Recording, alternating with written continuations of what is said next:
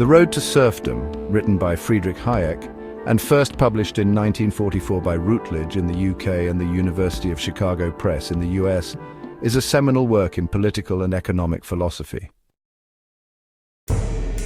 Spanning approximately 250 pages in its original edition, the book argues that centralized planning and socialism inevitably erode individual freedom, leading to authoritarianism.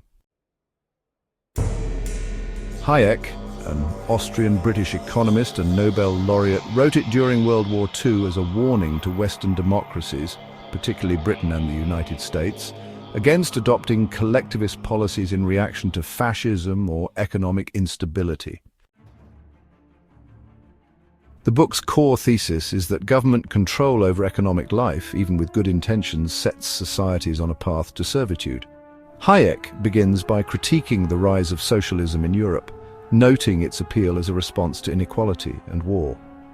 He contends that central planning requires consolidating power, which undermines democracy.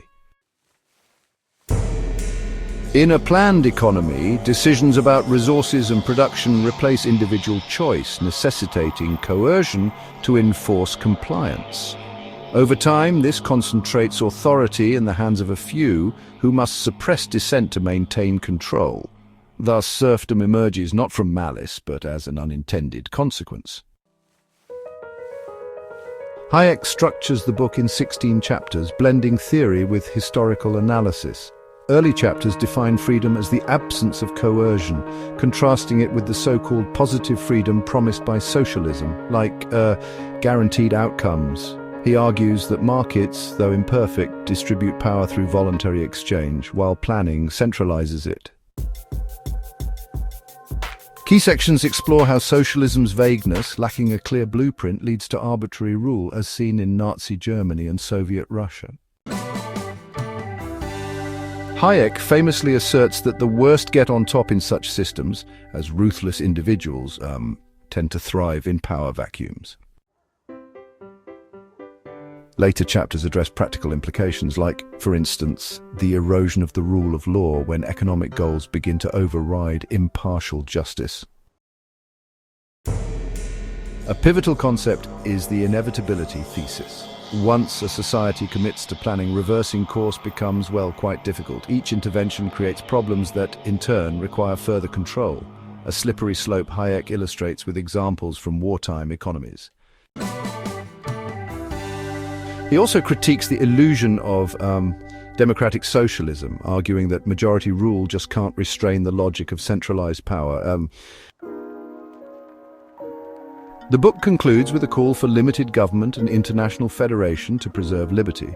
Though, interestingly, Hayek avoids detailed policy prescriptions, focusing instead on principles. Written in accessible prose for a general audience, The Road to Serfdom gained fame through a condensed Reader's Digest version in 1945, amplifying its influence during the Cold War. Critics, including Keynes, praised its style but disputed its pessimism, arguing socialism could coexist with freedom.